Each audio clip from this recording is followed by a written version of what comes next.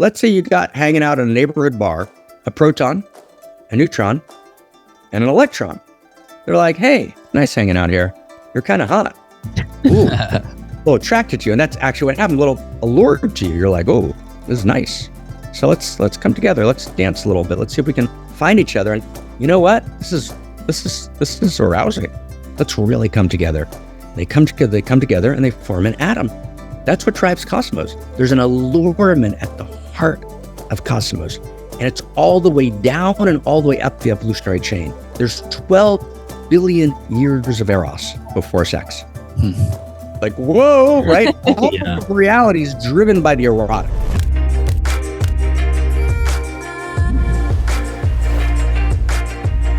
Welcome back to the Medicine Podcast. My name is Mimi, and beside me here, I have my love, my king, my fellow explorer into life and love and consciousness with me here. What is going on, everybody? This is Chase, and I am ready to put my big boy pants on and discuss a legitimate, really practically real topic that is so felt in both Mimi and my life and our history with none other than the great Dr. Marc Gafni. Welcome to the Medicine Podcast, my friend.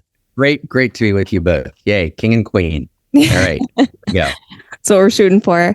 Well, we're going to jump right in. Our first question that we ask every guest on the Medicine is, what do you love in your life? What aspect of your life do you love so much that you wish you could gift it to every human? I love talking to people like you, right? Absolutely, right? And I know you guys can't handle every human, but may many people be drawn to this space and to this energy and to this vortex.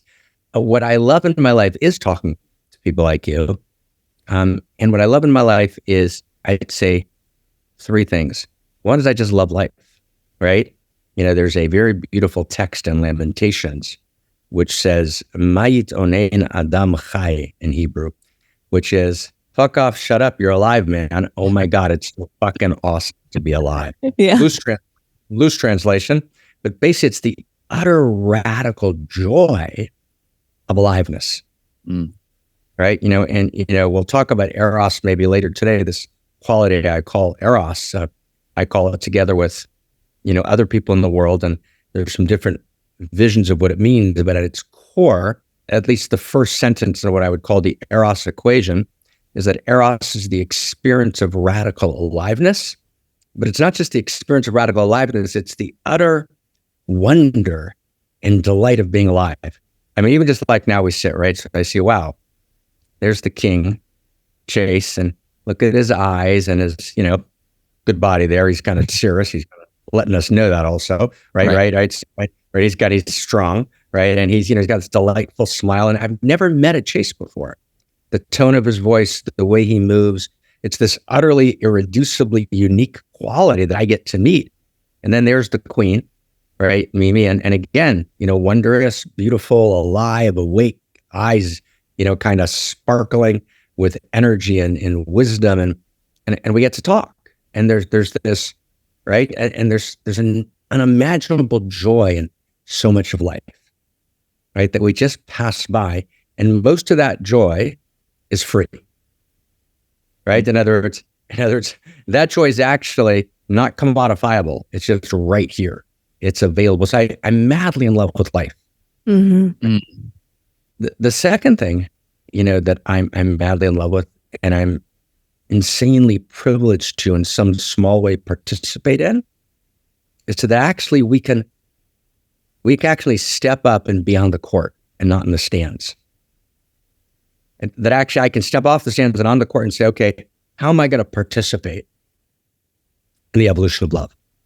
How am I going to play a larger game? You know, how am I going to get out of my particular contraction, my particular trauma, right? And actually step in. You know, there's a set of movies called Guardians of the Galaxy, which I'm sure you guys are aware of. And my friend Aubrey Marcus, my friend, and, you know, said, okay, I'm going to challenge you. Let's do a set of podcasts on that. So we actually just recorded, right, a set of podcasts on Guardians of the Galaxy. There's this great line in which Rocket Raccoon says to Drax the Destroyer, and Drax says, I'm traumatized. My wife was killed in front of me. My My daughter was killed in front of me, obviously horrors, right? And so I've got this rage, and Rocket the raccoon says, "We all got dead people. Get it together." Okay. In other words, right? And you can only do that. You can only speak like that into trauma, into a quote unquote trauma informed culture. And of course, being trauma informed is wildly important. And we honor trauma and we honor the trauma work, and that's all wildly important. There's also a moment in which, like, okay, we got hurt. Okay, we got wounded. Now get off your butt, and get out of the stands, get onto the court, right? And let's play a larger game. Let's participate in the evolution of love. And, when Paul spoke to me and wrote me about you all, it's very clear that you guys are on the court and you're participating in the evolution of love. And so it's delightful to be here. So let's go. Let's do it. I love that. I love that you are in love with the process of acknowledging, honoring the old story in many different aspects, and then ushering in and creating with your bare hands and the work that you do and the work that you inspire others in, and obviously the work that we're doing. Like, how do we create a new story? How do we create this more beautiful world that our hearts know is possible? And that's what I hear you saying. It's about what I call a new story of value. That's a big deal, because what we're trying to say is that actually story is not just a story. And this is let's go deep for a second. The story I tell is where I live. I live inside of a story. But stories are not just socially constructed. They're not just made up. They're not just contrivances. My colleague, Yuval Harari, wrote a book called Homo Sapiens, where in chapter 2, he basically makes the postmodern claim that stories are just stories, right? And that's the best story means not the one that I happen to like most. The best story means the one that lines up the most information, the most meaning, the most facts, that integrates the most competing perspectives, and that actually tells the most valid possible story of cosmos we could tell. Now, within that story is a shared story of value. That doesn't remove diversity. Doesn't remove many, right? But our shared story is a context for our diversity. And so a shared story is a shared story of value, and value has to be intrinsic. If there's a group, because we're going to be talking about purity culture today. And it's really important that anyone who's listening who comes from a fundamentalist field realize we are with you, brother and sister. We are in the field of value. We are not coming from a postmodern deconstructionist place.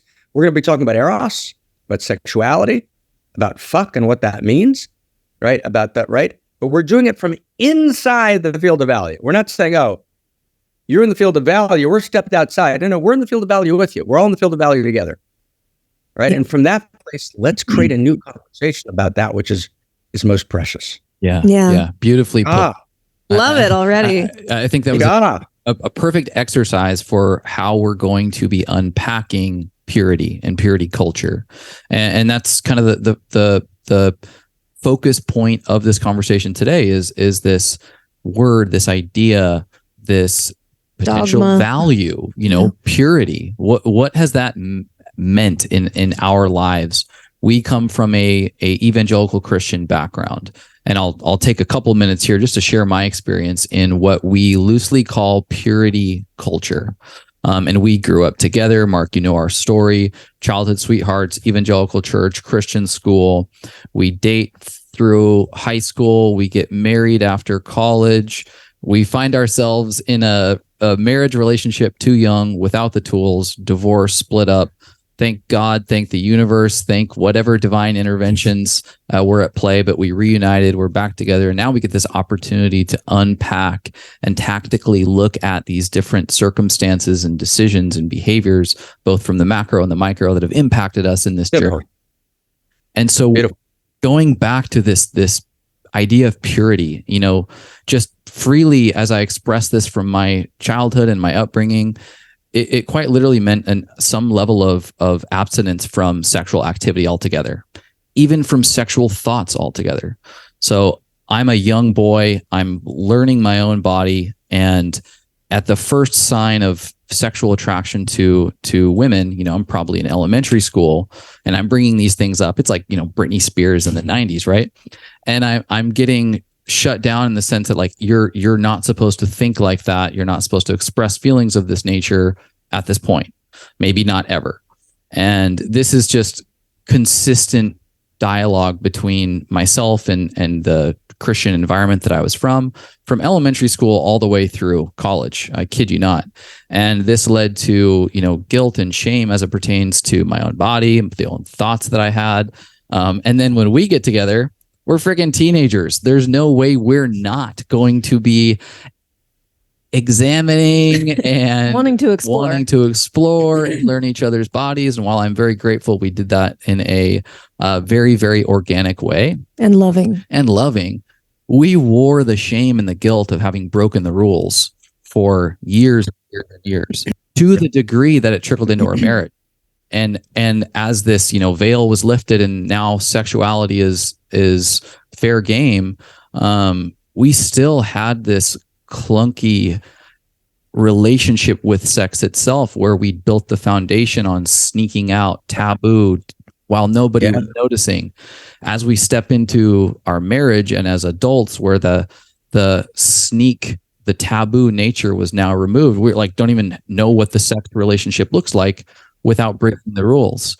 And so all of this to I don't have some conclusion on this. I'm just giving a little bit of context as to where we have come from and what we have experienced as purity culture. If you wait to have sex, God will bless you. If you don't, you will be punished.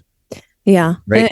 And we wanted to provide the context for our listeners. They know some of our story, but we've never talked about this topic in depth specifically. And so coming at it from the, point of view from a young woman, I just wanted to share, a couple minutes of my experience just to lay the foundation of like where we're coming from together and a little bit different viewpoints between boy and girl. So I had zero sex education as a young person, literally zero from parents or school or church, nothing. It was like there was some invisible force that wanted me to believe that this thing didn't exist at all. And then on the other hand of this invisible force, it seemed like it was important enough to demonize. So that was conflicting values, I would say, conflicting attitudes. And it was very confusing for me as a young person, as a young girl. And it was just juxtaposed. It didn't make sense in my mind. And then, learning with Chase, he explained kind of how we experimented and explored, and we were in a very loving container of exploration with each other. And it was beautiful. It was the ideal scenario for two teenagers who love each other. Then we get married and we have this grooved run of risky behaviors, sneaking away, sneaking out, secretive type of neural pathways in our brain connected to sexuality and attraction. And then we get married and it still feels limited or clunky, or there's a hindrance to our fullest expression of sexual chemistry together because that previous notion of secrecy was, so deeply ingrained. And then as a woman, I had it ingrained in me over and over and over throughout my life that my body, my sexuality, my pleasure is a gift, not for me. It's a gift for my future husband. It's a gift for him. And if you spoil that, you're spoiling the gift, really. And there was a lot of shame attached to just being curious. And so we get into marriage and there was a complete disconnect from my own connection to sensuality, sexuality, my expression as a woman. It was stunted. I didn't even know how to connect with it on a deep level because deep in my psyche, there was still something telling me that it wasn't okay. It was shameful. It was wrong. It was dirty. And so I completely stunted that aspect of myself. And I'm 33 years old sitting here and I've done a lot of work, and it's certainly so much better. It's 100 times better than, part one of our relationship, but I'm still untangling these cobwebs that were, I feel like at this point sort of forced on me. I know there was good intention, probably, but that's kind of my experience, and I'm continuing to let it unfold and untangle at 33 years old. Wow. Well, first off, thank you both. Right, please. Yeah. No, thank you. Thank you. And Chase, you wanted to say something there? I was going to say that was our rant, and so with that, thank you for your patience.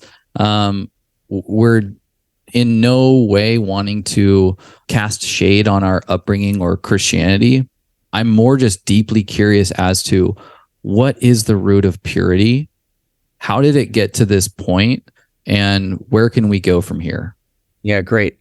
So thank you. And those are two very just, moving stories, that it's moving to see you together and to feel how Goddess moves and how she brought you together, in this wondrous way, in this kind of second look and deeper look in this second place. And there's a very beautiful dharma.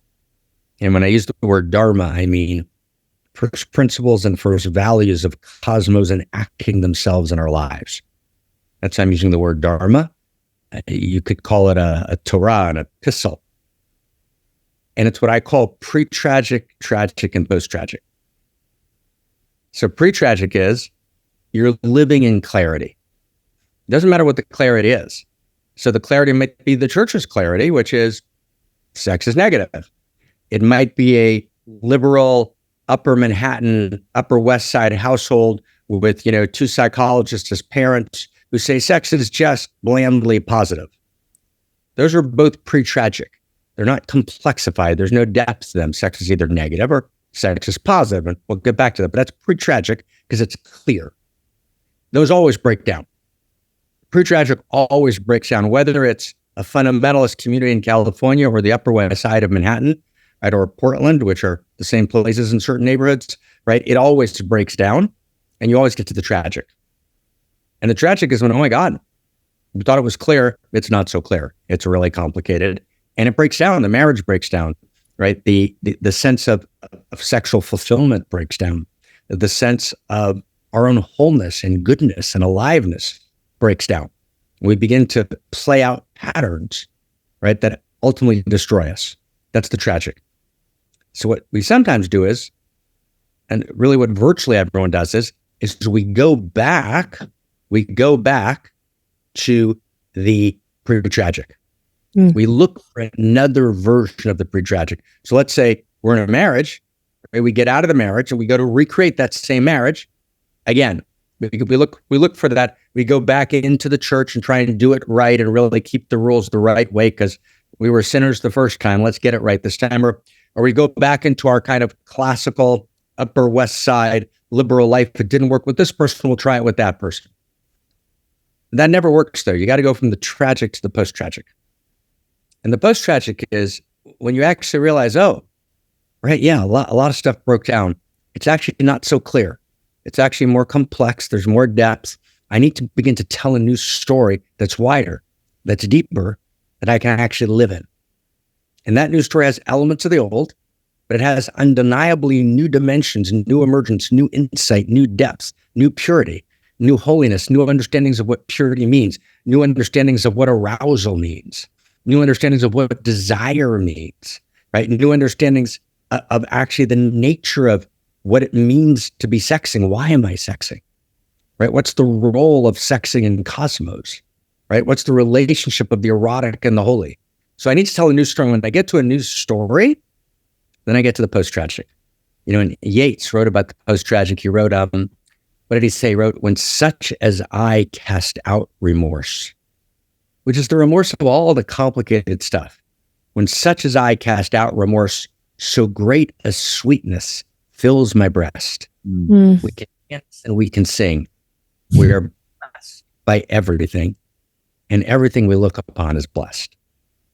And so let's find together, for everyone listening and for ourselves and for me and for you, let's find the post-tragic. And so let's begin with, and you mentioned, we were talking before we started, Chase, I was chatting with Aubrey about the Temple of Solomon. Let's start with the Temple of Solomon just for a moment and the Ark of the Covenant. Harrison Ford when he was a little younger, right? Raiders of the Lost Ark, right? There we are. And the Ark, of course, the Ark of the Covenant. The Ark of the Covenant is the Ark in Jerusalem, in the Jerusalem temple. The Jerusalem temple is Solomon's temple. Now, any place you go in the world, you say Wisdom of Solomon, people know, oh, right, Wisdom of Solomon. Right. No one's quite sure what it is, but everyone knows, right? Wisdom of Solomon, Lion of Judah, right? Lion of Judah, Lion of Wisdom of Solomon. We kind of know, right? And we know the word temple. So temple has infiltrated the world. You know, Solomon's father, David, writes Hallelujah, and Leonard Cohen, right, in that lineage tradition, right, talks about the holy and broken Hallelujah. Right, David played the secret chord, right, to please the Lord, right. So it's like, so this deep in our culture, Hallelujah is the Solomon tradition. And David gives to Solomon the transmission. Solomon builds into the temple.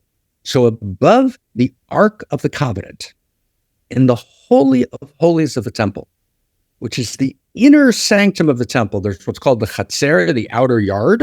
Then there's the Kodesh, the holy. Then there's Kodesh Kodashim, the Holy of Holies, Sanctum Sanctorum. It's called in Aramaic, Umka de Umka, the deepest to the deep. It's the inside of the inside. Two cherubs. And those two cherubs above the ark are locked in sensual embrace. They're called in the Talmud, right, 3rd century to 5th century, Tractate Yuma, page 54a, Shnei Kruvim, two cherubs, Hamu'ulim, or aroused and sexually entwined one with the other. And then the lineage, when I say the lineage, I mean the Solomon lineage. The lineage then says, and where does the voice of the divine speak from? From Bein HaKruvim, in between the two sexually intertwisted cherubs. And we can't talk about serious things with the jackets. So let's get serious here, okay? Let's go. I love it. This is crazy exciting. This is crazy important. What does that mean? That means that the core of the temple is this thing called intertwisted cherubs. Why? So is the temple about sex? Well, not exactly. The temple's about Eros. And Eros is crazy deep. So I want to put Eros aside for a second before we get there. And let's go back to some of the important things you said. And let's chat back and forth. And let's see if we can find our way. So you talk about, Mimi, kind of the implicitly, you said something really beautiful. You said, wow, there's these people who are demonizing it, which means they're taking it seriously. So really and you're pointing to something really important. And Chase, I want to bring you made so many critical points there. Let's see if we can start with a framework, which I think will help people. There's 4 basic sexual narratives in culture. Okay? Mm-hmm. What is sex negative? And sex negative means it gets you in a lot of trouble. Yeah. Just ask Bill Clinton. With all due respect, and ask Monica. That kind of wrecked her life. And she's now actually in the last 5-10 years been able to put it back together. Monica and I had the same publicist for a while. So I heard good things about her. And she's a lovely person. And, blessings to Bill. But that created a lot of trouble. As a matter of fact, when Al Gore was running for president and Clinton couldn't campaign for him, he therefore won the presidency, but by a hair's breadth. Essentially, George Bush entered, and I'm not even commenting whether that's a good thing or a bad thing, but the fact of the matter is we went to war in Iraq, right, in a way that was actually counterproductive. It actually destroyed the Iraqi people, removed a dictator, but didn't put anything better in its place because Bill Clinton was late at night, aroused, and, him and Hillary couldn't quite get it together, right? And let's just stay with this for a second. And Hillary's kind of a beautiful woman, right? And then we're seeing all these articles in Vanity Fair about Hillary kind of involved with one of, her tea staffers. And then we got Bill Clinton being accused of 6 million things. And we have no idea what's true and what's not true. So we've got a broken sexual narrative. And what it says to us is sex negative. Yeah. Right. And mad blessings to Bill and Hillary. I'm not on the for Bill and Hillary, against Bill and Hillary. Right. They're obviously 2 great public servants. And I know there's a whole demonizing Clinton narrative out there on the web, right, which I'm not buying into. So let's hold them as kind of committed, deep, profound public servants who are doing their best. But sex didn't do well for them, right? It actually broke the presidency. Wow. Sex negative. Paris. He's going to visit, Menelaus with his brother Hector. It's the Trojan War. Stay away from Helen. What are you? Now, Menelaus is sleeping with all the other women, in Sparta. That's cool, but Helen's not allowed to do that, right? A little double standard going on there, right? Paris and Helen have this gorgeous moment. Hector says, I got to protect the little brother, right? Brings him back. We've got the Trojan War, all right? And Agamemnon uses the sexual story to manipulate, right, his brother Menelaus, right, to organize all of the Greek kings. And really, it's got nothing to do with sex. It's got to do with Agamemnon's, maniacal ambition. So sex gets us in trouble. It's dangerous. Sex negative. And it takes you away from the focus on God. And it takes you into this kind of other kind of, urgency which participates in the animal. Sex negative. That's the sex negative narrative. And you say brilliantly, right, Mimi, that it takes sex seriously. It respects the adversary. That's the one thing it does well. It says, well, this is serious. Along comes modernity, and modernity says, yeah, fuck that. That's not true. Got to throw out all that stuff. That's oppressive. That's nonsense. Sex positive. Narrative 2. Sex is positive. Sex is a good thing. It's a panacea for all ills. Freud, if you get your sexual equilibrium balanced, life will be good. Right? What's the problem with sex negative? The problem with sex negative is it doesn't feel like it's just negative. It clearly, this beautiful, stunning, wild, right, experience does not seem to be exhausted by negativity. Our bodies tell us that story's not true. Right. Totally. But sex positive doesn't quite cut it either. Positive is a little bland, right? It's like a little bit of a bland word, right? Sex positive? Really? Is sex positive? Can we describe it a little more accurately? It's just too bland. It's too insipid. It's too flaccid for what sex is. Oh, along comes Kinsey, rebelling against his father, who's a big sex negative preacher, fundamentalist preacher. And Kinsey says, oh, let's go sex neutral. Just like having lunch.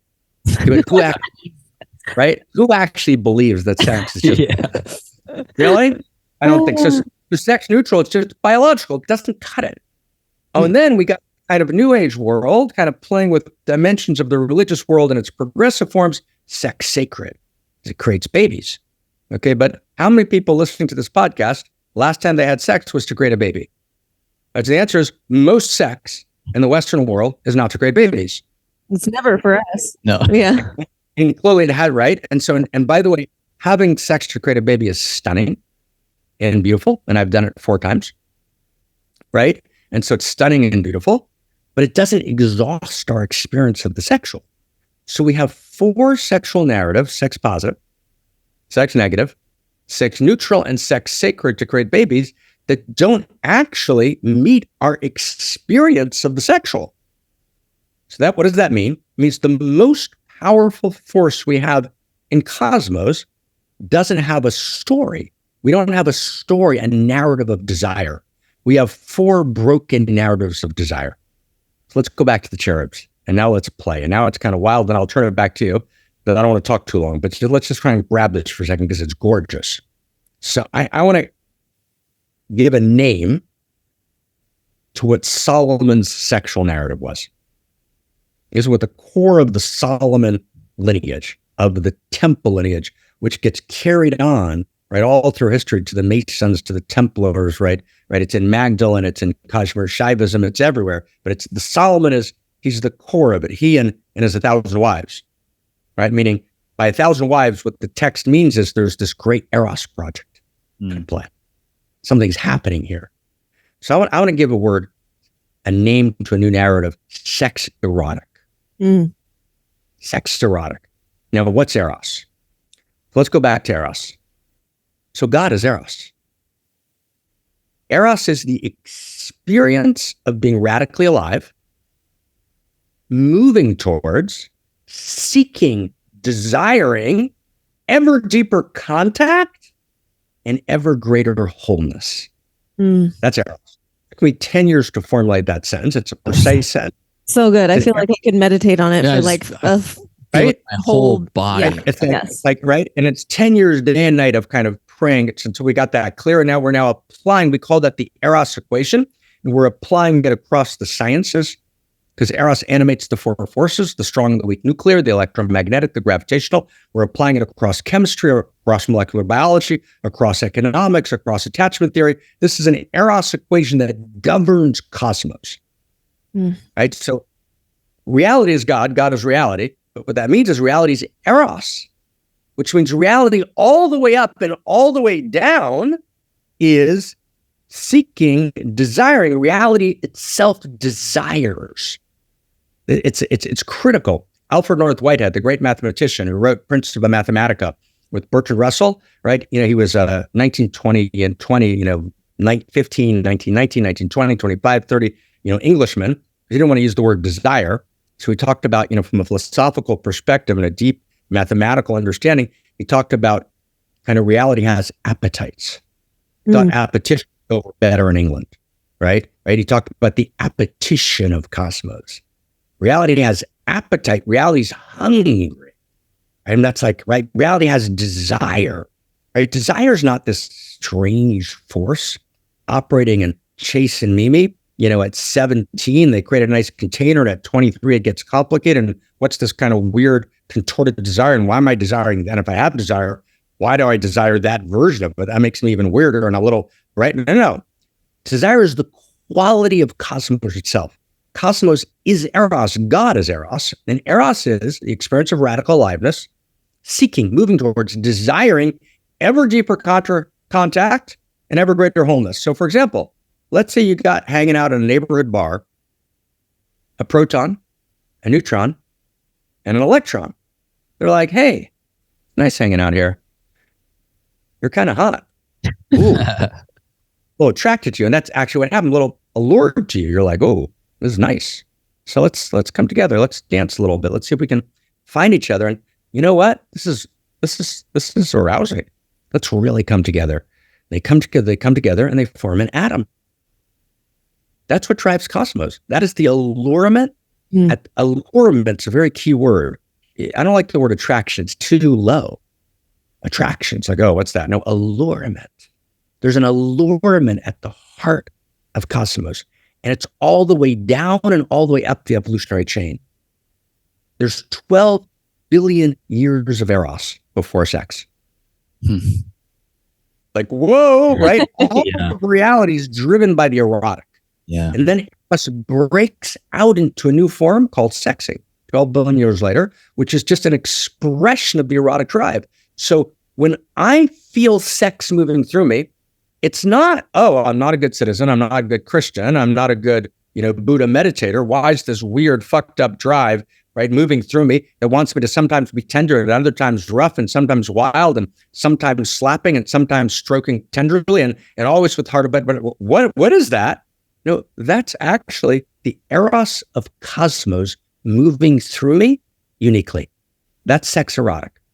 And that's a big deal because that's the secret of the cherubs. That's called in the lineage tradition, in the Aramaic text, Soda Kruvim, the secret of the cherubs. And it's only from that space that the divine voice speaks. That's where she speaks. Now, anything less than that creates radical shame. Radical shame, right? And shame means not just I made a mistake, it means I am a mistake. Yes. Yeah. Right? Not just I'm broken and the factory stopped making the parts. Right? It's not I did something wrong. I am wrong because this thing is contradicting what they told me the God force was. No, this is the God force. This is the evolutionary impulse of Eros moving through me, and you cannot feel shame. You can read all the Brene Brown in the world you want.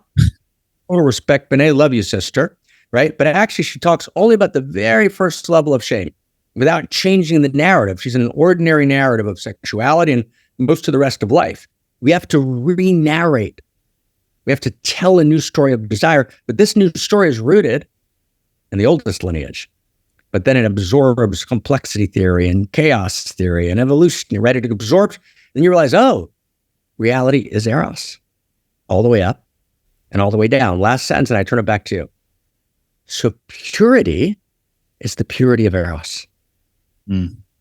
See, actually, we do yearn for purity. And the reason we're hijacked by this purity culture is because we actually have a very deep yearning for purity. I love the word purity. Purity means it's a second innocence. It's not jaded. It's not trying to commodify. It's not trying to win a win-lose metrics. It's not trying to kind of try looking good. It's just utter delight and pure, right? It's not reduced. It's not contracted. It's not commodified. It's not degraded. It's pure. So Eros is pure. Purity. And if I would use the word, I'm going to introduce another word. We'll talk about later maybe why I introduced it, but I'm going to use the word intentional. It's a little bit provocative, but it's an important word. I would call it's the purity of fuck. Mm-hmm. There's a purity of fuck. And the reason I'm using the word fuck is because fuck has come to play a role that's not wholly dissimilar from the name of God. Right? And the name of God is something which is both a curse word and a blessing. It means 1,000 different things, but we don't quite know. It's awesome and it's terrible. It's an insult and it's fucking awesome. Right? So fuck is the strange word in culture, but fuck means love and tenderness and raw fierceness put together, right? Create the Eros of fuck. So fuck can be tender, it can be fierce, but it's this word that talks about this. It's not just positive. It's not sex positive. It's not neutral. It's not sacred because it creates babies. It's the fuck of cosmos literally moving through you. And until you feel that fuck, until you find your fuck, you actually don't feel radically alive. So there's last sentence, there's the purity of fuck. Actually feel the purity of that divinity moving through you, which is why at the moment of sexual explosion, you scream, oh God. Oh my God. So true. Yeah. My God. Yeah. You don't even have to, you're not even thinking in that state. It's like being channeled through you by Eros. By reality, by Eros herself. And literally in every culture, in every language, it's transcultural and it's transhistorical. So it's across space and time. People cry out at the moment of explosion, oh God. So there's this understanding that there's a purity here. And when you look at your partner in that moment, when you cross that line, you're in. And now you're in the minutes before or the half hour before or the seconds before. And all of a sudden you look at their partner and they're shining. And you can see them clearly, right? And you're alive. And you say, oh my God, I'll give you everything. I'm madly devoted to you. And words like forever. You want to scream words like forever. Like you want to break the bounds of time. I can't just love you. I've got to love you forever. I've got to love you madly. Mad love, right? That's pure. That's purity. Yeah. Eros is the outrageous love of cosmos moving in me. What is coming up for me, and please, I have a couple minutes to share. We had gotten divorced. We got divorced in our mid-20s, and we'd been apart for 3+ years.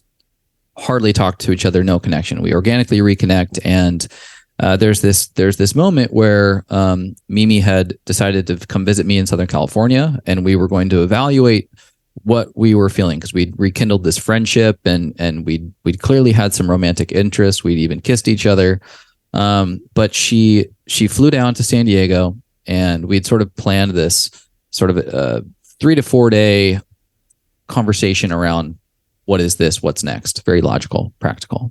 Very rational. Pick her up at the airport. We get her like back to my place, and it's within minutes. There's so much allure. There's so much just magnetism, physically, spiritually. It's just it's so thick in the air you could cut it with a knife. And we're not even talking. We proceed to make love after not having connected in 3+ years in the way that you are describing Eros and the cosmos and this deep fuck where it is complete surrender and it is pure. Like the word that I come up with is purity. It was the purest thing I've ever experienced. Hey. And to then layer that into the purity that was defined by our upbringing and environment is so distant from that experience of the pure version of connecting with someone in this. Now, stay close, brother. Stay close. Let's get really close, okay? So there's always Eros and pseudo-Eros. So that's a gorgeous thing. So Eros is pseudo-Eros. So when you don't have an experience of Eros, you go for pseudo-Eros. So there's an Eros of purity. which you just described. But if you don't have access to it, then you feel this enormous emptiness. Yeah. Because purity is one of the qualities of cosmos I want to access, but I can't access it. I don't know how to find that energy, right, in sexuality, right? The pornographic universe, right? And a lack of a narrative of desire and 1,000 other things get in the way. So I need pseudo-eros. So the purity culture becomes a form of pseudo-eros because I'm challenged, I'm tested, right? I have to actually stand, right? I have to resist, right? I can become a hero. No, that's a pseudo-erotic hero, right? A hero of Eros is when I actually feel all of cosmos making love through me. Yeah. Right? All of reality is loving through me. And at the moment of making love, right, there's no split between me and the entire field of Eros. Reality is desiring through me. Yeah. And here's crazy. Let's get crazy for a second. Get crazy, guys. Get crazy. Let's do it. Name of God. The name of God. And I'll send you a Hebrew version and maybe even put it on the screen. But the name of God is 4 letters in Hebrew. It's a Yud, Y-O-D, Hey, H-E-I, Yud Hey, then a Vav, V-A-V, and another Hey, H-E-I. And we'll get it in front of us on the screen. But basically the Yah, the Yud Hey is Yah, as in hallelujah. And the Yud is the masculine pole entering the Hey. So the Yud is filled with desire for the Hey. Or it would be like YV, right? The Yud is entering the Hey. That's called the upper Eros, right? It's the Eros that never stops. In Aramaic, Trei Rein Delomit Parshin, 2 lovers who never split from each other, which is the electromagnetic, the gravitational. What is gravity? What's underneath gravity? Nothing. Gravity is allurement. Electromagnetism is a form of allurement, the strong, the weak, and clear. Right? It's this play between allurement and autonomy. So there's the constant fuck or the constant Eros of cosmos. And then the Vav and the Hey, the last 2 letters, the Vav, which is a Yud pulled down, it's a phallus essentially, is yearning, desiring to enter the Hey. And that's called the aroused Eros, in which the divine name is aroused through Chase and Mimi loving each other in that particular way, which you just described, which then arouses the name of God. So name of God is fuck. Wow. Right? That's literally the name of God. It means that's the structure of reality itself. And what does it mean to tell a person who's experiencing the name of God that arouses in them that they're pathological? That's tragic. Yeah. It's not that the church is bad. The church is beautiful in so many ways. And I really honor the fact that you didn't come out with, okay, let's demonize the church. No, everyone's got a place at the table. And they're trying to work with something. And what you said, really beautifully, Chase, let's not demonize the church. And you said, Mimi, wow, I get that they're taking it seriously, at least, because they're taking time to demonize it. And that's true. But tragically, there was no narrative of desire that the church had. It didn't know how to articulate a narrative of desire. And so to participate in the evolution of love is to actually go back to the earliest sources, go back to the Solomon narrative, and then to merge that with the best of our sciences, we come up with this new narrative of desire, in which we realize that God is desire. Because, and I'll give you evidence for it, hardcore evidence, like irrefutable. Why are we here? Why are we talking? Why are we having this conversation? Where did we come from? We came from the stirring of desire in the infinite. Self-evidently, when Fichte and Schelling say, why is there something rather than nothing? By nothing, they mean infinite, eternal divinity. Just living in the self-reflective, Buddhist awareness, meditating away. No, that's not what infinity is. Infinity is God's not just the infinity of power, God's the infinity of intimacy. And she desires us. 3rd century, HaKadosh Baruch Hu mitaveh, God desires, right, to manifest reality so that he can actually be in play with us, can recognize herself through us, can make love with us, right, can actually become somehow, this is the great mystery of Solomon, more God through the relationship than before. What does that even, how could God become more God? That's precisely the secret of the cherubs. I mean, just look at it for a second. Mimi, when you're with Chase, some part of Mimi appears that doesn't appear any other way. Yes. It's like, wow. So when you're loving Chase, you're madly loving him, you're king, but you're also loving this new part of you that appears. And when you're with Mimi, right, there's some part of you that emerges that no one else emerges. So when you're loving your queen, right, you're loving your queen, you're seeing her beauty, you're blown away, but you're also self-loving at the same time. There's no split because there's a Chase that emerges. So what does that mean?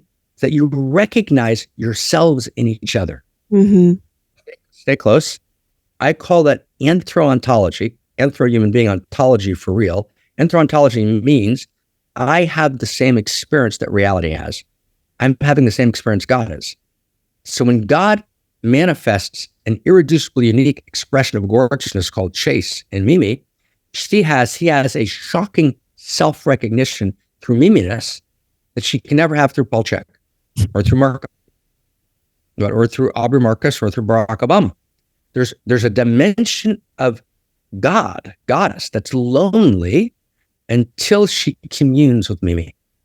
She experiences a shocking self-recognition in her intimate communion with Mimi that she cannot experience with any other being in the planet that ever was, is, or will be. Holy fuck. Right? It's like, and that's divinity making love with Mimi. Wow. Right? It's like, all right, so God desired there to be Mimi-ness.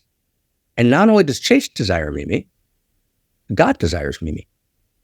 And when Chase is desiring Mimi, when I say desiring Mimi, I don't mean sweetly, meaning I want to fuck her brains out all night long. Obviously, with a tender, open, full heart. Yes, of course. Yes, always.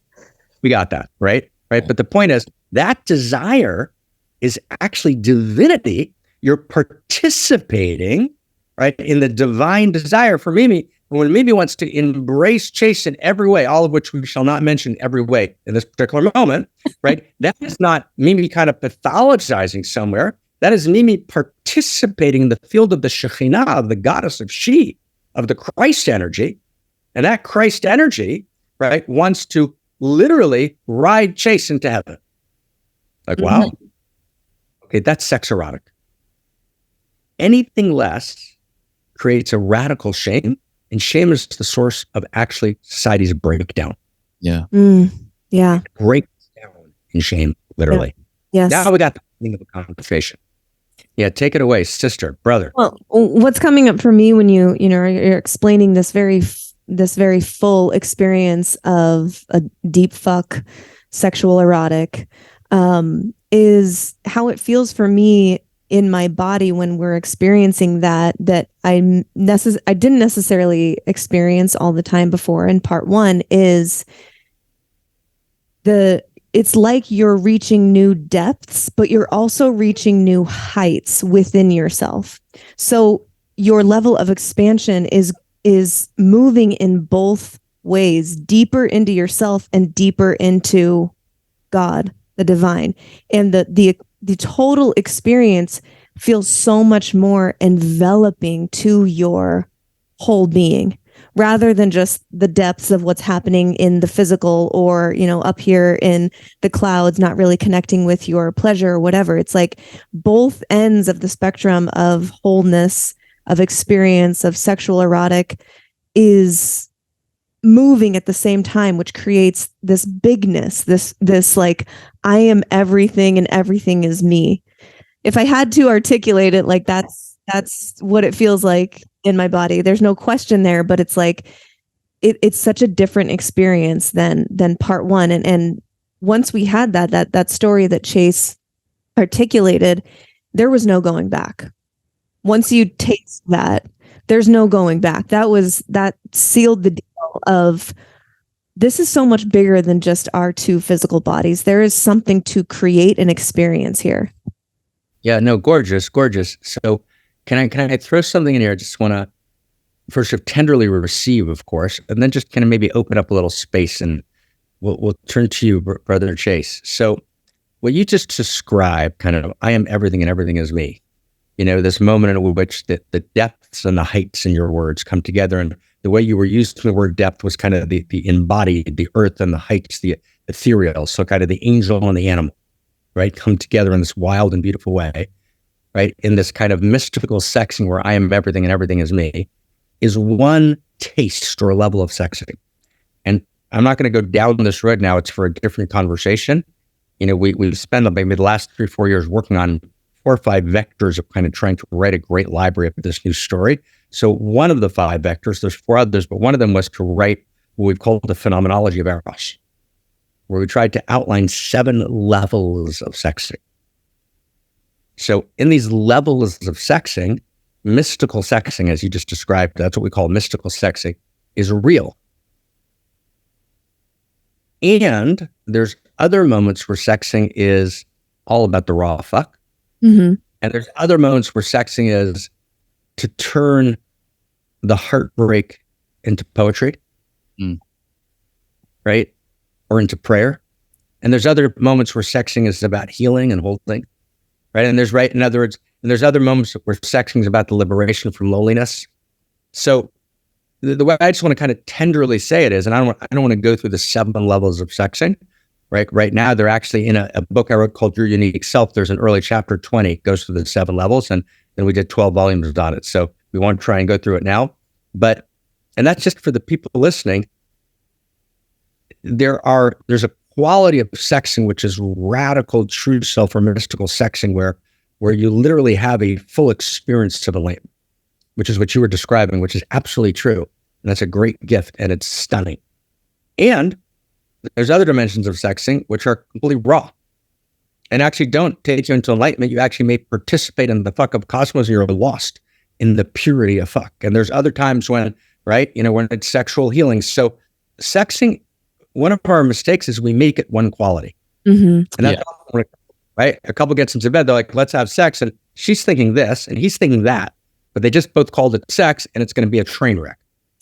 Yeah. So knowing these levels of sexing really matters. Chase, yeah, you got something coming up there. Well, I was like, you can't have Thanksgiving dinner every night, but occasionally, just as satiating is a cheeseburger that you make homemade and barbecue, and so there's satiating meals that have diversity but are still satiating nonetheless. And that's definitely what's coming up for me there. This is, by the way, just so I'm just clear about this, just between you and me, maybe we won't say this to Chase. This is the male voice saying, quick fuck in the middle of the day is kind of great. And let's not, we're going to have a big meal later, but let's just, have a quick snack now. Like, it's okay. Right? Really? A snack? Let's have snack. You are tapped in, very tapped in. Right, let's have an entree first, right? Hello. Right. We have like a little, right? Yeah. So true. They both have value. Yes. There's great. The people who teach slow sexing also make a mistake, because what they do is they demonize all other kinds of sexing. It's actually, sexing has many levels, many qualities, many tastes, and each one is a face of the divine. Mm-hmm. Yeah. What they require is radical mutuality and your heart wide open. Yeah. If this is encapsulated and on the Ark of the Covenant itself, how has this nectar been discounted, lost, put in exile, term you've used, or I've heard you use in the past, such that we're having to go through life and work through these various channels just to resurface and reclaim this in the ways that we do? How has this Eros, this nectar of pure cosmos, been lost? Yeah, that's a beautiful question. That's a beautiful question, Chase. When a ruling structure tells us we can't trust our bodies, then they have us. Mm. That's very, very deep, right? And so when you have structures of power, be they of church, right, or of mosque, or of whatever form, where basically it's a top-down command and control power, which essentially exploits the masses, you have to break the trust of the masses with their own interior knowing. And the way you break that trust is you break our trust in the dignity and divinity of our own bodies. So true. So deep. The book of Job, chapter 12, we have scripture on this, writes, right? Chapter 19, excuse me. Eloha. Through my body, I vision God. Right? Through my body, I vision God. And once I actually realize that the Bill of Rights is encrypted in the body sacred, right? I mean, and it's so profoundly true. In other words, every dimension of ethos lives in the sexual body, right? How I touch, how giving and receiving exchange with each other, how we're loyal to vulnerability, the ethos of radical gifting, right? The kind of deep listening it takes to know where my partner's going and where she is, right? And kind of the entrainment in which we're both individuated and yet part of this larger pulsing one, right? All of ethos is written in the human body. And actually Solomon wrote a book. He wrote a bunch of books because in that lineage tradition, we write books, right? That's what we do. Right? So he writes a book called The Song of Solomon. An incredible song. And the Song of Solomon. It's in our Christian school. Yeah. It was like, don't read Song of Solomon. Yeah. They made a mistake with that one. They made a mistake with that one. How'd that get into the canon? Yeah, right? exactly. And then they mistranslate it. But the Song of Solomon is a song about eros and sensuality. And it's not an erotic song. It's actually in the best sense of the word, not in the negative sense. Pornographic in the sense that it's explicit. The song is explicit. It's not general. It's not ethereal, right? It's about, his staff, right, is over me or in me with love. It's about the beauty of her breasts. It's about the sloping of her thighs, right? It's a very, very explicit book. And so Akiva, living around the time of Jesus, he says, all the books are holy. All the books of the canon are holy. The Song of Songs is Holy of Holies. It's saying, now what he actually means by that is not only that it's a special and gorgeous book, it's the holiest book. He means Holy of Holies, which is where the cherubs are, intertwisted above the ark. And he's actually referring to, right, this book, this is the two cherubs. And where does this book live? In your bed. So if you ask, I was with the Dalai Lama at a certain point. It's a longer story. We met at the Pope's summer residence, and we had a fight, and he invited me to Dharamsala, and we tried to work out the fight, and we were in Dharamsala till long we became friends. It's a story. But we asked me, essentially, how did you all, meaning the Hebrew wisdom tradition, how'd you survive the exile?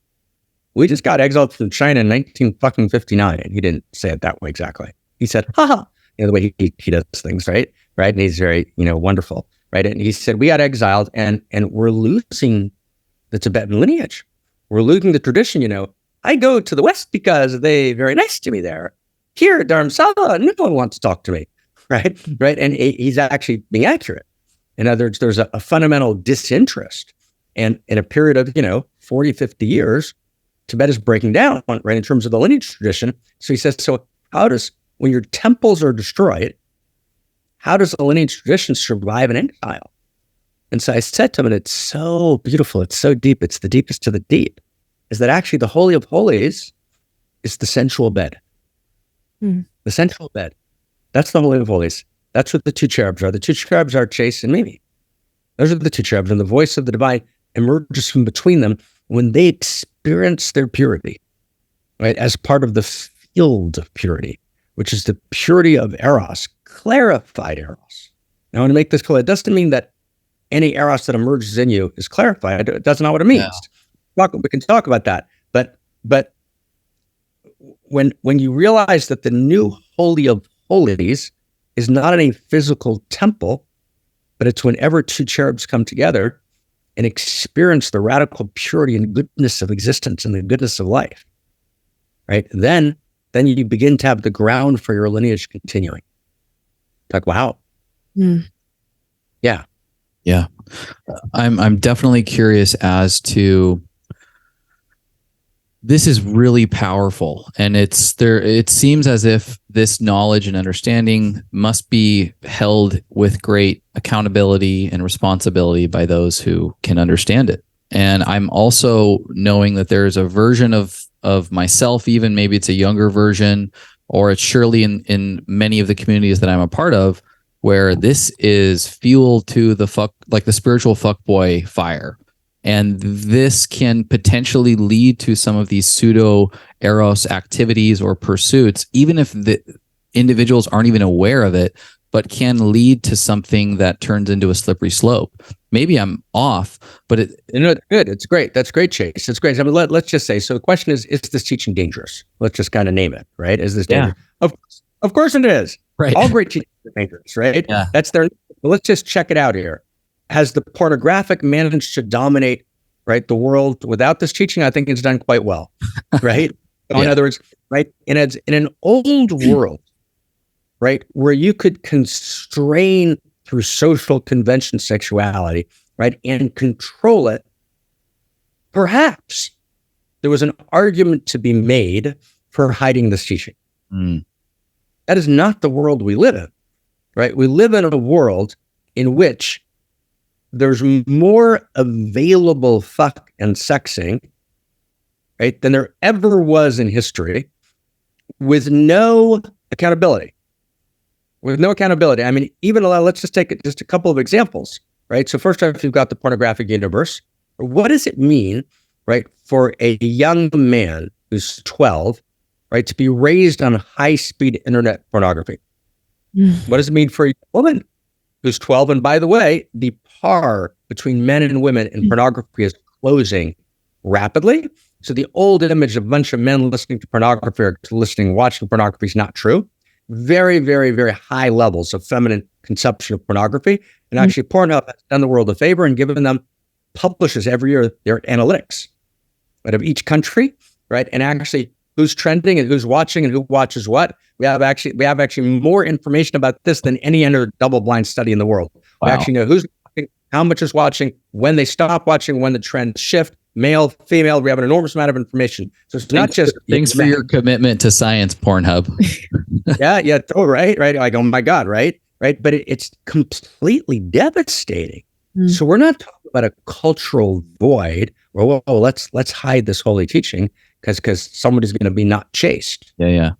But a world which is collapsing, right, under the weight of a pain that it can't bear, of a shame that's unbearable, an unbearable shame. We live in a planet drenched in shame. Yes. What does that mean? What does that mean? Just think about this for a second. What does that mean? That a planet's drenched in shame. That means the majority of human beings on the planet have an experience of themselves being broken. Right? Let's just get what that means for a second, okay? The majority of human beings on the planet, right, live in a cocoon of shame, in which they feel like they are possessed by a hidden pathology. Which, if people really knew who they were, if they really knew what they desire, forget about what they act out. But if they really knew what they desire, right, they would actually, right, think that they are disreputable and degraded human beings. Like the majority of human beings. Now, we know that shame is insidious and multi-layered and is psychologically devastating. So we live in a planet with, X amount of billion people, going on 8 billion, right, in which most people are drenched in shame. Now, how does that affect the kind of economics we create? How does that affect the kind of politics we create? How does that affect the kind of education we create? And in which the transmission of education has essentially been ruptured by the structures of the internet. So TikTok's not just a distraction, not just hijacking our attention, it's interrupted the transmission of value from generation to generation. That's 2. 3, we've actually deconstructed the field of value, right? So everyone thinks they're living outside the field of value, which is the greatest source of shame, because you can't actually heal shame unless you actually access the field of value. So in that world, we're not going to actually offer the deepest lineage of vision of the erotic, which is that the erotic is an expression of the divine name. Now, could that be misused? Of course it could be misused, but it actually misunderstands. And misuse is actually just a hijacking of something that's beautiful, because we're not saying that every sexual impulse that arises should be acted out. That's obviously not what we're saying. Clearly, you need to access not your desire, let me give you a new phrase, which is a rough translation from the Hebrew. We need to access our deepest heart's desire. Not much. So what Luria in the 16th century, one of the great lineage mystics, he says, Beirur, you have to clarify your desire. And the clarification of desire is the work of a lifetime. So they need to distinguish between pseudo desire and authentic desire, and actually access my deepest heart's desire. But my deepest heart's desire is the desire of God. Deepest heart's desire is God's desire. And it's God's unique desire, because my deepest heart's desire is not Chase's and is not Mimi's. There's a unique quality and contour to my desire. And only last sentence, which is hijacked by pornography. And just stay with me 1 second. This is like crazy deep and it's crazy beautiful. We think pornography, you look it up in the dictionary, pornography is explicit sexual graphic images is pornography. That is not pornography. It's not true. Pornography is explicit sexual graphic images isolated from the narrative of a fully lived story. So let's say you're watching a 2-hour, beautiful, profound movie about a love story. And then in this movie, they give you 4 minutes of explicit sexuality, which is part of this long, complex love story. Is that addictive? No, it's not. Not addictive. But is that pornographic? No, it's not. It's explicit sexuality. Pornography is when you detach sex, explicit graphic sexuality, from the depth of a lived story. Now, should you have explicit sexual scenes in a movie or not? Different conversation, right? That's not our conversation now. But the point is, it's not pornographic. Pornography is when you isolate the sexual from the context of a sacred life, in the context of a beautiful life, right? That's pornographic. That's a big deal. So we desperately need this elixir. Yeah. Our friend Paul Chek would maybe like this analogy, but when we talk about the quality of food, and we talk about junk food, processed food, this quick, highly sugar, highly palatable, it's disconnected from the story, from the life story of those calories as they lived in the animals or the plants. They are completely disconnected from that life. In other words, it's pornographic food becomes pornographic when you disconnect the food, the calories, from their story of inception. That's gorgeous. Gorgeous, Mimi. Yeah, the pornographic angle is, as you described, disconnected, yes, from the full context of a beautiful story, life story. But I feel like the opposite end of the spectrum, growing up in the church, also it's disconnected in a different but similar way as pornography is disconnected. Sex, as it is portrayed in the fundamental approach, is also disconnected. So in other words, fundamentalism is pornographic in its own way. That's exactly right. When you rip out pages from the book of life, then you're writing pornographic. And the pornographic is not, again, explicit sexual imagery. It's the detaching of that image from the context of life. And that's actually exactly what fundamentalism does. It says, those images have no place in the sacred life. Well, no. What do you mean? Those images are actually the images which are the very structure of cosmos itself. It's the structure of a desire of cosmos itself. So do we need to do conscious sexing? Yes. Of course we do. But conscious sexing means I can clarify my deepest heart's desire. It means, right, I can engage in foreplay, right? But it's the same, right? Because prayer is sex and sex is prayer. My master, the lineage master in my lineage, was my teacher's teacher, was named the Baal Shem Tov, the master of the good name, is the founder of the Hasidic movement. And he wrote an ethical will. And his ethical will, right, he said that the reason that people sway doing prayer, you kind of sway back and forth, because prayer is sexing. But what he really was alluding to, that he didn't want to write, is actually sexing is prayer. Sexing is prayer. It's holding the prayer, right? There's prayer sexing. Just feel right. Right. And so it's so beautiful what you said to me, right? And, picking up, Chase, from your, that kind of gorgeous analogy, there's a pornographic in food and there's a pornographic in fundamentalism, which says we're going to write out of the book of life the most essential structures of aliveness. It's not just pornographic, that's violent pornography. violent. It's actually not only violent pornography, it's sadistic pornography, because it actually tells a person that their own essential nature is not to be trusted. Mm-hmm. Yeah. And that's a consistent theme throughout the teaching is sort of denying your own experience, denying your own desire, denying whatever you're experiencing needs to be denied and sacrificed for this ultimate greater good we're not really sure what it is, but it's up here somewhere, not where you are currently. That's deeply right. Let's see if we can add a piece to it. See, here's the tragedy here, and here I'm going to get a little bit direct, and I apologize somewhat insincerely, but it's important to say. In other words, the fundamentalist narrative itself, even before sexuality, degrades human dignity. Because the basic fundamentalist narrative, whether it's the Catholic fundamentalist narrative, or whether it's a particular version of Baptist or whatever particular, and people, as you guys lived in the community, lump all the fundamentalisms together, but actually there's 7 or 8 major strains, and they're all fighting each other, and it's actually much more complicated, right? But that's a different conversation. Yeah. But both the Catholic fundamentalist narrative and the kind of classical American Christian fundamentalist narrative actually have a notion that you cannot be saved other than through a particular kind of faith.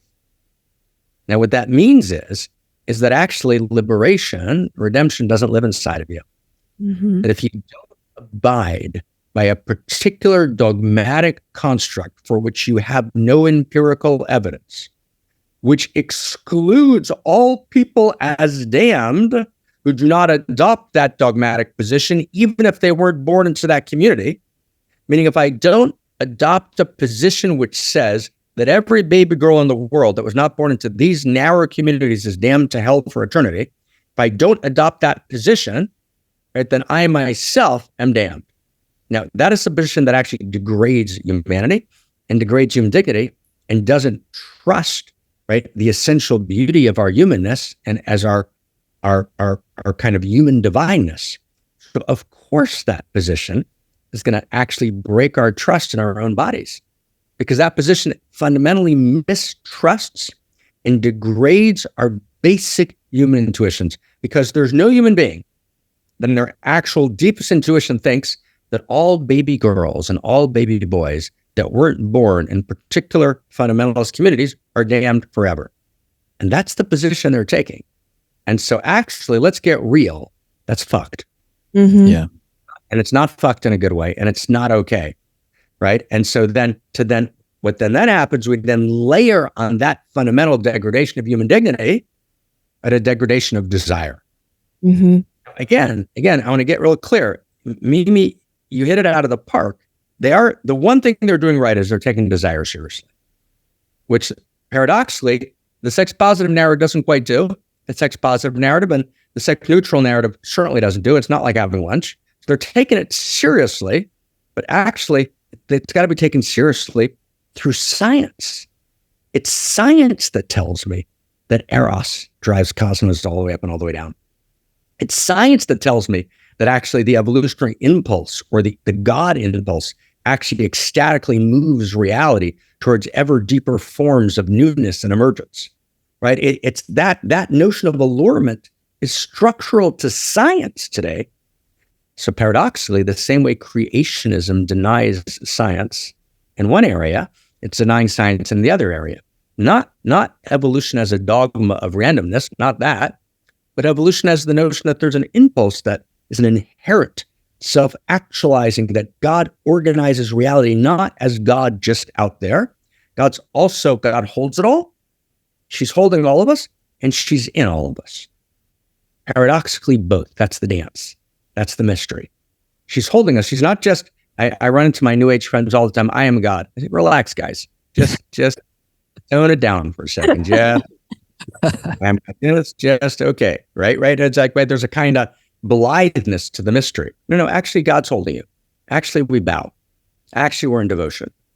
And then, yes, she is inside of you. Yeah. But you gotta hold both that dance together. Mm-hmm. Yeah. Yeah. It is. And there's so many different directions that we could go. I know.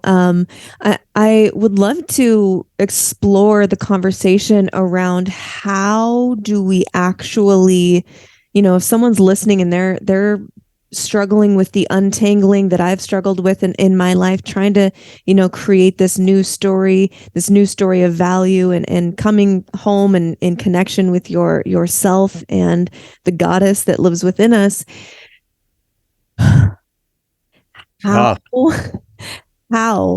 do we actually start to live in Eros, experience Eros in the sexual realm that maybe is different from our past?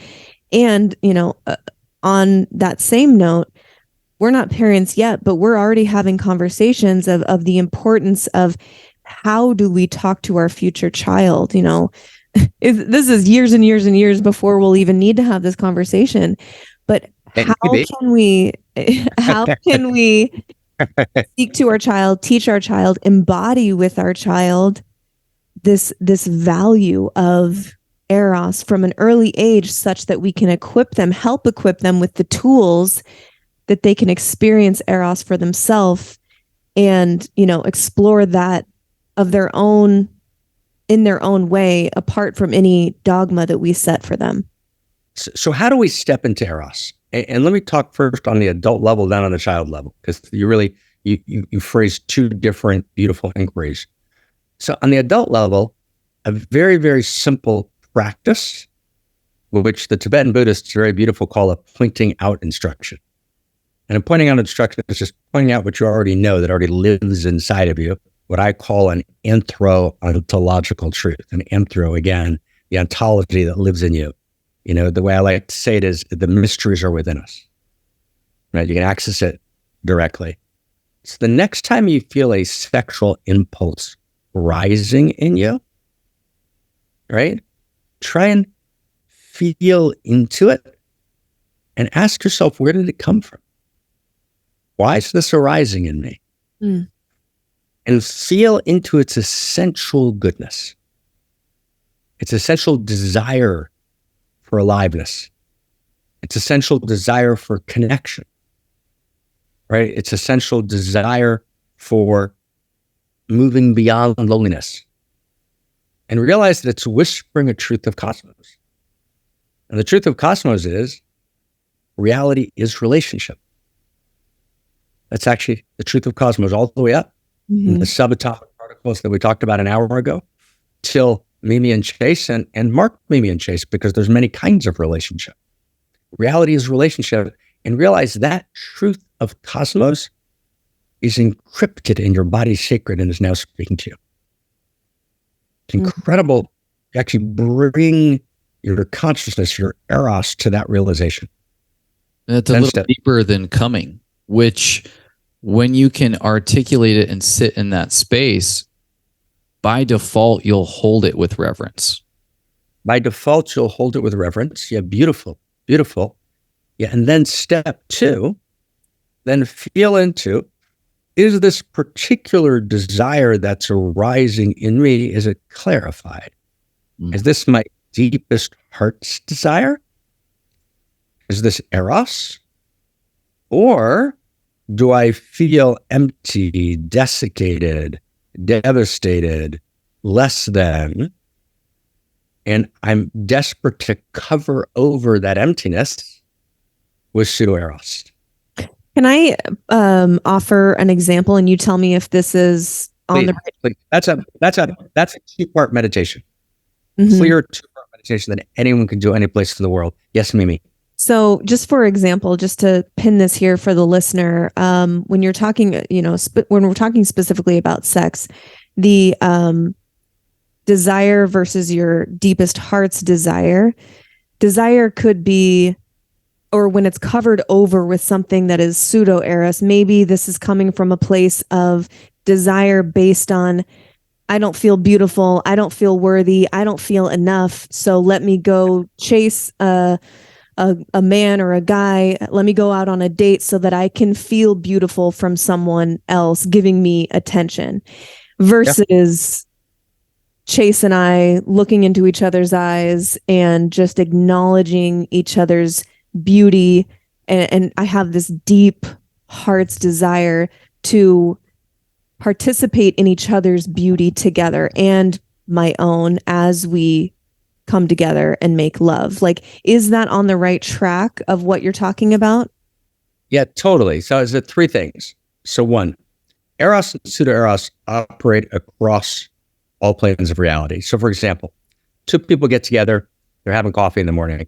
They can't quite find the field of Eros between them, and they can't find a deep talk, so they talk about a third person. Mm-hmm. Yeah. That's pseudo-Eros. Virtually all gossip is pseudo-Eros. Not all, but virtually all gossip is pseudo-Eros, meaning Eros is to be on the inside. One of the definitions of Eros is interiority, being on the inside. And in the erotic and the holy are ultimately one. There's no split. The temple in Jerusalem is the Mikdash, the holy place, and it's the seat of Eros. Eros and holiness are one. So when I can't find my way to the inside, I place someone else on the outside, because that gives me an illusion of being on the inside. Mm-hmm. That's Eros and pseudo-Eros. So most people turn to pornography not because I'm desperate to see those breasts or that phallus. No, it's not because the image of the breasts and the phallus arose in my mind that I said, oh, I need to see that beauty. Get me to a pornography museum. That's not what happens. What happens for 99% of the people is I'm sitting around and I'm feeling empty. Let me cover the emptiness. Mm-hmm. That's pseudo-Eros, right? So pseudo-Eros is always the covering of the emptiness, and it's usually with a quick surface hit of desire.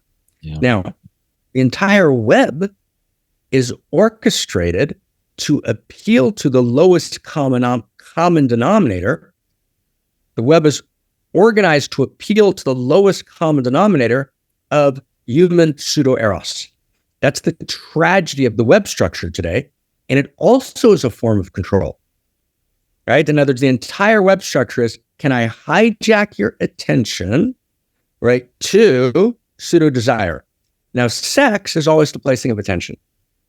That's what it is. Sex is the placing of attention. So there's pseudo-erotic placing of attention. You're scrolling. That's your attention, but it's pseudo-erotic attention. And then there's the attention that you described, Mimi, when we're turning into each other. Now, I just want to say one last thing, and I'm going to, with your permission, Mimi, do I have permission to tease you a little bit? Of course. Sure, but what can you say? You're on air. She's really saying, I'm what is that true? Right. Okay, so you keep describing one form of sexuality, which is the stunning, beautiful Roman candles, eyes melting into eyes. So we got a pretty clear sense of which form of sexing you like. That's kind of clear. And I'm with you on that, right? I love that as well, right? My guess is that that's one flavor that your man likes, right? In other words, right? And that's always true, right? That's always true. Now, I'm going to tell you a little secret just between us. I'm a little bit of a girl, right? So actually, right? So some of my best friend, my friend Sally Kempton, she says, oh, Mark's my girlfriend. He's like my best girlfriend. So I got a big girl in me. And so I love that kind of sexing as well, right? But there's also this other woman and man, because these obviously aren't masculine and feminine. These are obviously live all in each of us, that likes other forms. So I want to just be careful not to demonize those other forms, right? You know what I mean? In other words, some people like spanking, right? Blessings to spanking, right? Some people like rough talk, blessings to rough talk when your heart's wide open and it's filled with dignity, right? And some people don't like rough talk, and there's nothing wrong with not liking rough talk, right? So it's not like, what's wrong with me? I don't like rough talk. No, that's another kind of pathologizing. That's bullshit, right? So we each have the kind of sexing that we're deeply allured to. And, as we come together madly loving each other, how do we actually find each other in each other's language of desire? Mm. You hate me now, Mimi? No, not at all. And just to give some context, I enjoy other flavors as well. I'm working within, one example of just the example of what we were talking about, or what I was talking about was like feeling beautiful, if you don't feel beautiful intrinsically, you might go externally seeking it versus like having a more full and erotic experience from the depths of your own self joining with someone. So I was just using that as one example. I enjoy many other flavors. Many flavors of ice cream. And I know, but I was obviously teasing, right? And I asked permission, and I hope with huge respect and honor.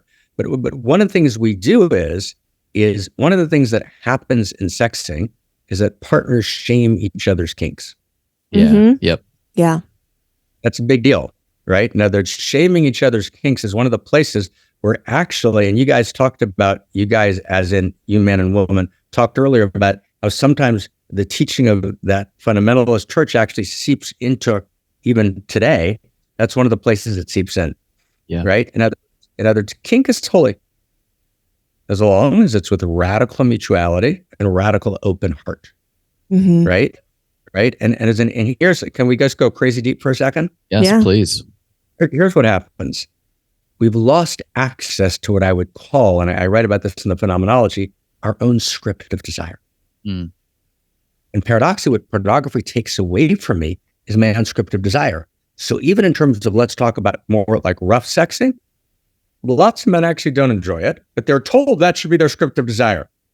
So the amount of men who do choking moves because they watched it on pornography, which is quite an edgy form, probably should be, in many ways limited, right? I don't want to limit any form, but it's certainly an edgy form to major and understate. Let's just major and understate here. Would require enormous care, enormous mutuality that was real. Mm-hmm. And I would wager that, 8 out of 10 women, right, who quote unquote consent, don't want anything to do with it, right? But actually, and no one's willing to say that out loud, but actually, that's the script of desire, and it's not even his script of desire. Yeah. Right? And it's not his clarified deepest heart's desire. It's what he's been conditioned in. No wonder people feel disconnected. That's right. That's so. We got to be very, So what happens is we actually can't access our own script of desire. Now, here's the crazy thing: the only thing that has the power to stand against the pornographic is my own unique script of desire. Mm. So deep. Mm. It's so deep. Mm-hmm. Right? And my unique script of desire is not algorithmically entrained. Men have basically abandoned their own power. And men should say, fuck you, pornography. I'm taking back my own fuck. Take back your own unique fuck. How do you love to make love? How do you love to fuck? What are you actually allured to? Not what you're told, the algorithmic entrainment for the last 15 years of your life you're attracted to. Because once 14 years ago, you watched a video which had a girl in a pigtail, and then the video, the algorithm got you more girls with pigtails, which back to this, what took you there, what took you to there, and you have nothing to do with this. This is not your free will. This is not your choice. This is not your power. Like, men, take back your power, and women, take back your power and access your own irreducibly unique script of desire. Right. Whoa. And your own script of desire, it's the only form that's more powerful than the pornographic. Mm-hmm. Mm. Right? And as long as you're not in your own unique script of desire, the pornographic will always be more powerful. But when your own unique script of desire, the pornographic can't even come close. So powerful. How do you know? I'm sure it's one of the I know when I know, but when you are like filtering through somebody else's articulated desires, like you're discussing, you've watched porn for a decade or something, and you've got, a limitless list of kinks that you think you want to try out, but kind of filtering through that to distill down to this real authentic desire. How do you know? Yeah, it's a great question. Aftertaste. Aftertaste. There's a beautiful text, right? And let's go back to our scripture days together, friends, right? Book of Exodus, we have scripture on this. Moses wants to see God's face. And God says, not such a good idea, right? You see my face, you die. And Moses says, no. Ha'arini nat kvodecha. I got to see your face. And so God shows him, V'ra'ita et achorai, you'll see me from behind. So the lineage master says, see me from behind, aftertaste, what it feels like on the other side. You eat junk food, Baby Ruth bar, feeling really good while you're eating that Baby Ruth bar. It happens with my favorite kind of candy bar. I generally, when I haven't eaten them for 25 years, but when I did eat them, one was never enough, for sure. With all due respect to once is not enough. Maybe 3, 4. The aftertaste, horrible. Yeah. Horrible, right? And how many jello beans can you eat? Right now, great food, like fantastic, gorgeous food, the aftertaste is just stunning. Yep. So sex is exactly that way, right? The experience, it's often not quite discernible when you're doing it because it's alluring, but in a kind of pseudo allurement. But the aftertaste, and then in aftertaste, let's distinguish between two kinds of aftertaste. Short, the immediate aftertaste. What's the aftertaste a week later? Those always tell you, right? When you're in your unique script of desire, both of the immediate aftertaste is deep and profound, but what's even more deep and profound is it stays with you. Yeah. You can access the memory of that fuck, and it actually lights up your heart, your soul, and your body again and again and again, right? Because that's your unique script of desire. Yeah. And it to look like anything. There may be Roman candles and there may be whips and chains, right? And I say that just so everyone can kind of find your seat at the table, but it's always got an open heart. It's always ensouled, and it's always devotion to she.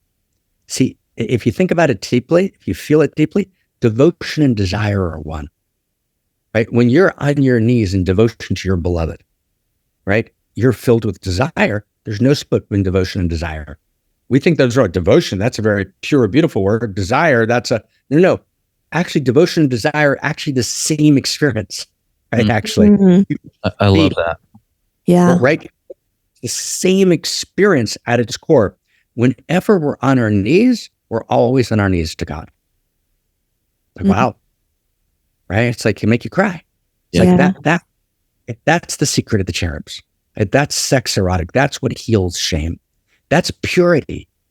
Devotion is pure, right? And it's the purity of Eros itself, which is the name of God, awake and alive, moving in me, as me, and through me uniquely, which is my ultimate gift to all that is. Yeah. It's so good. And I damn, Mark, it's just so good. It is. And it's, it leaves creative freedom for some trial and error, if you want to use that word, error for lack of a better word, trial and error within this field. But there doesn't have to be shame associated with the error if you try something out and it's not actually like, the aftertaste wasn't what I thought it might be. Okay, there doesn't have to be like shame attached to that thing that it didn't work or that it's not, going to be sought after in the future. I think something that people probably struggle with is the communication about this. And of course, you could send this episode to your beloved and you can listen to it together and then have a beautiful dialogue about some of these different concepts together. But I think people even struggle starting this conversation of like, hey, I want to open up and dive into this like bouquet that is available to us of sexual creativity. But that's sometimes a hard conversation to start because inherently some people might take it as what I'm experiencing thus far is not good enough for me, or the experience is not enough. And so it can be difficult to start that conversation. I know that's great. Let's think about it this way. You lift weights. Okay. Right. So there could be some weightlifters in this conversation here. Right. So you're lifting weights, right? So you start and you're trying to press, 120. So your body weight's 160. So 120, you're feeling good at 120. When you press 130, damn, right? My body weight's 160. I just pressed 180. I'm ecstatic this week. Love it. Now, that's not a lot, but it's decent enough. I'm kind of feeling good. I'm feeling good, right? Great about that. I went up like 10 pounds. I put on another 5 on each side, and like, wow, right? So what's the greatness of the weight room, right? You're actually in competition only with yourself. No one else. You can't skip steps. You always want to get deeper, stronger, right? There's an ecstatic feeling at the moment of transformation. So sexing, let's make sexing a verb. Sexing is a practice. I'm lifting weights. I'm always going to make mistakes. But if we're going to honor each other, and respect is critical. We're going to respect each other. We're going to make mistakes in the right direction. And we don't want to sex today like we did a decade ago. Mm-hmm. Right? And with permission, you're both such a beautiful example. I'm sure you had some great sex in your teens, right? Or whatever happened there. Sorry, whatever those parameters were. Yeah, there, yes. Radical, organic, yes. Right? Yes. Okay, right. And then, and then, you're pastor. Yeah, don't tell our parents or our pastor. No parents, no pastor, right? Purity, right? And then you had sex, when you were married the first time, and I'm sure you had some great sex there. But you don't want to go back and make love today like you made love then. Right. It's not that wasn't beautiful. It was what it was, and it had its joy, and it had its brokenness, and it was a holy and broken hallelujah, as Leonard Cohen would say. And you don't want to be making love in a decade the way you're making love now. That's the thing, right? Because you want to always be boundary breaking. Boundary breaking is an essential human need. But when we don't boundary break in Eros, we boundary break in pseudo-Eros. Yeah. Reason you guys mentioned, both of you mentioned, we had these neural patterns of sneaking out, and those are boundary breaking patterns, right? But you don't boundary break because you're fucked up. You boundary break because there's a basic human need to boundary break, because holiness means boundary breaking. Yeah. I break the boundary of my narrow, contracted, separate self. I realize I'm part of the field of true self, the field of the one, the field of Christ consciousness. I realize I'm a unique expression of that field. I'm a unique self. I realize I'm participating in the evolutionary Eros uniquely. I'm an evolutionary unique self, and I keep boundary breaking. And so every time, right, we get together, we want to be naked in a new way. Yeah. Right? We never want to be naked like we were yesterday, and we never want to have yesterday's orgasm. Never want to feel, right, tyrannized by the need to have an orgasm. Right? And so we always want to be making love in a way where we're breaking a new boundary, so that in 10 years from now, you look back and you think, wow, when we were 33, right? I got one age here. I didn't get the other one. When we were 33, I'm assuming somewhere around the same age. Yeah. Yep. Right? We were about 33. We made love beautifully, but God, today at 43? Oh my God. And at 53? Oh, like it's unimaginable, right? At 63? You can't even imagine chasing me at 83. I mean, these guys are blowing. Let's go. That's right? This is Cosmos. This is the evolution of Cosmos. Like this is the beautiful just unwinding of this process that has gotten us here and will take us into the to the future. Yeah, and I know we're coming up here on time, and you've been so generous thus far. I really do want to touch on the latter half of the last question I asked, where it's like, kids, how do we teach this? And hopefully we'll be embodying it, but there has to be some level of verbal communication about this. There does. No.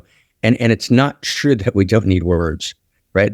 Right now, parents communicate in two ways. They communicate in words, which are absolutely necessary, and in the actual experience of how they live life, and they're both critical. But words matter. And so let's say a couple of things. Well, two directions. One, when I'm very young, I have an implicit, inherent experience that my goodness and aliveness are tightly linked.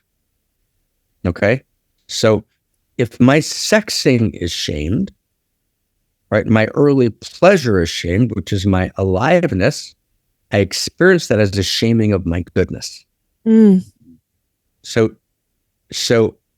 sexing usually is what incepts shame.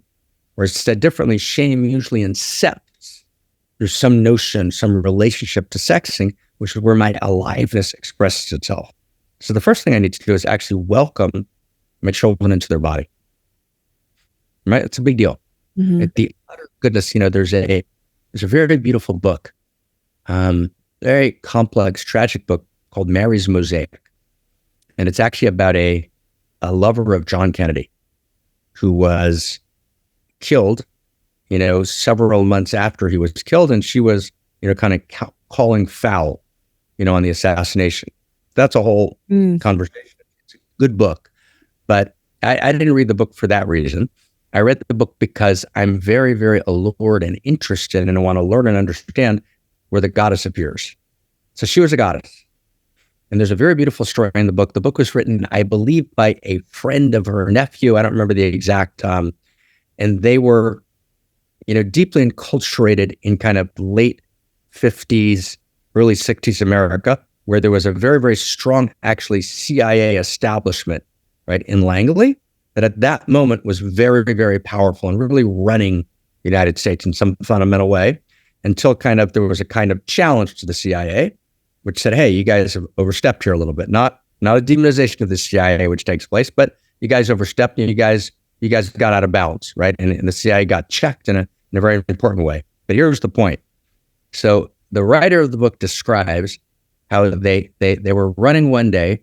They ran to the back of Mary's house, and Mary was sunbathing naked, right? And the kids were like 8 or 9. And the kid writes, who wrote the book, he said, Mary looked up at us, and she just smiled. And that smile just told us, it's okay, it's beautiful. So she just smiled and nodded without any sense of kind of drama, without any sense of horrific had happened. And he said, literally, the way he described was the smile of the goddess. Wow. And in that, he knew reality's good. Right? And it's an incredible moment. Right. And he's telling the story, kind of a by the way story in the book. It's not the point of the book, but it's such a stunning story, isn't it? Yeah. It's just like it's like that. And there's 1,000 opportunities to transmit those moments to our children. But two is we actually need to teach them about the cherubs. And so we don't have texts that we teach our children. We have this strange notion that they're going to somehow get value, get a narrative of desire. Why would we think that? And so we need to literally teach it. I just want to offer not, there's a book I wrote, many years ago called Mystery of Love. And I would particularly recommend that, not my book, Return to Eros, for people who are deeply in biblical or Christian or religious culture. I wrote it in 2002, and I wrote it very much from the voice of a rabbi. Right? In other words, when I say a rabbi, a minister, right? And I wrote it within the sacred text. So it cites many sacred texts. It has 40 pages of primary source footnotes at the end, right? And it tries to tell the story. There's another, and I'll send you a link to it. It's just a gift to everyone, to any of your listeners, just a gift, right? We have a set called the Erotic and the Holy, which you can listen to, and it's just our gift to you. No, nothing we want to. Yeah. We've been listening to it together, and it's just gorgeous. God. So many moments where we're like, wait, push pause. We got to talk. And then we talk for an hour about one. Awesome. Oh, that's awesome. Let's give that to people, just to offer it to people, and to also say, Eros is painful. You know what I mean? In other words, I've experienced also the pain of Eros. In other words, we experience, men overstep, women overstep. Right. There's sexual harassment. There's false complaints of sexual harassment. There's sex used as a fig leaf to make political moves to bring people down. Right. And we've completely destroyed the purity of sexting. We've got to honor the goddess. We've got to honor Aphrodite. We've got to honor Mary Magdalene. We've got to honor the Shekhinah. Yeah. Right. The goddess. And just such a stunningly beautiful moment to have this conversation with you. Yeah. We have enjoyed this so much, and definitely did not disappoint in any way. And I think this is a conversation that is really important as our culture is changing. Parallel structures are being made. I think that this is very, very relevant to all of us, no matter where you land, no matter what your upbringing was like, no matter if it was religious or not. Like, this is a conversation for everyone. Yeah, it's been just deeply resonating, and as I've been studying your work here, the last few months especially, there's so much that I feel you're able to articulate in a way that I'm actually unable to then explain in that moment, but feel it in the actual actions of my life. Mhm. And I will hear a word that you've said or wrote as I'm engaging in that type of activity or see that opportunity present itself in my life. And that sense of knowing is clicked on. And I just have deep gratitude for you. Even just today in these last 2 hours have these key words that I'm like, holy shit, that is going to show up and is showing up for me. So just deep gratitude for you, Marc, and your time today, of course, but just the work that you're gifting to the world. Yeah, thank you both. Hallelujah. Where can people find more of your work, your books? Where can we direct people? Yeah, maybe we'll, and I guess there's a word for it. What do they call it? The show notes or something like that, right? Yeah. You can come, we do a kind of online, quote unquote, church service every week called One Mountain, Many Paths. So everyone's welcome to that. So we're doing a lot of study and practice there. And then, the Erotic and the Holy, we can put in the show notes, and Mystery of Love, and, a return to Eros. The name of the think tank is An Office for the Future, which is a fantastic thing. Aubrey just came on as the board chair, right? Awesome. He just left the house. He was just here the last 4 or 5 days. So just delighted. And just to say, you guys are just so self-evidently just such bright, shining stars. And so may you be just madly, and I say this not as a teacher, but just as a friend, may you be madly blessed, in every way. Thank you. Thank you. Thank you, my friend. We receive that wholeheartedly. Amen. Amen. Guys, fantastic. So good. Thank you guys for hanging with us today, hanging with Marc. Check the show notes for all the links, and we will talk to you next time. Go spread some light. Okay, bye. Thank you so much for listening. If you enjoyed that, check out right over here for some more fun clips. Oh, and you're going to want to subscribe. Bye.